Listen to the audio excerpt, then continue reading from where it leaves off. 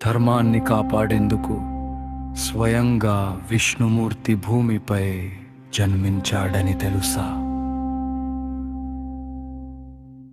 అయోధ్య ధర్మం మరియు శాంతితో వెలిగిపోయిన మహారాజ్యం. ఆ రాజ్యాన్ని పరిపాలిస్తున్నాడు మహారాజు దశరథుడు. అపారమైన సంపద, గొప్ప శక్తి ఉన్నప్పటికీ ఆయన హృదయంలో ఒక పెద్ద బాధ ఉంది: తనకు సంతానం లేకపోవడం.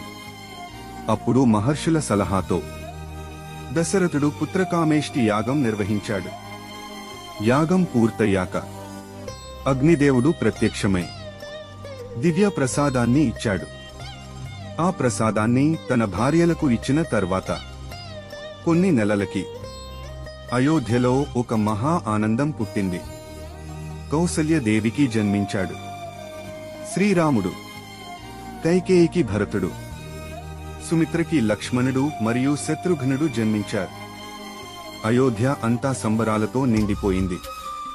చిన్నప్పటి నుంచే రాముడు వినయం, ధర్మం, దయతో అందరినీ ఆకట్టుకున్నాడు.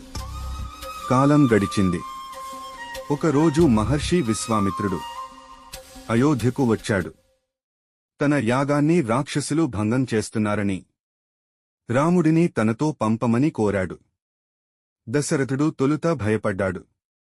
కాని గురువుల మాటతో రాముడు మరియు లక్ష్మణుడు విశ్వామిత్రుడితో అడవికి బయలుదేరారు. అక్కడ రాముడు తాటక అనే రాక్షసిని సంహరించాడు. అది రాముడి మొదటి మహావిజయం. ప్రయాణం కొనసాగుతుండగా వారు ఒక విచిత్రమైన ప్రదేశానికి చేరుకున్నారు. అది అహల్య శాపగ్రస్త స్థలం.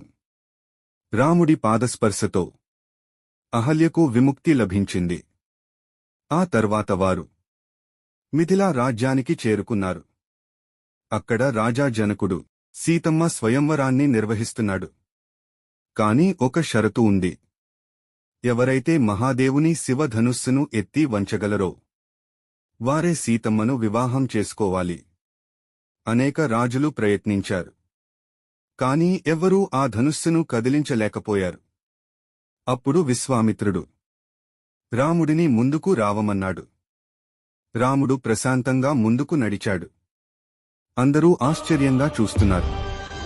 రాముడు శివధనుస్సును సులభంగా ఎత్తాడు.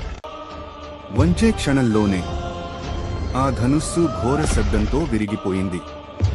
మిథిలా మొత్తం మారుమోగిపోయింది. సీతమ్మ ఆనందంతో రాముడికి వరమాల వేసింది. ఆ క్షణంతో ధర్మం, భక్తి, ప్రేమ కలిసిన ఒక దివ్య బంధం ప్రారంభమైంది.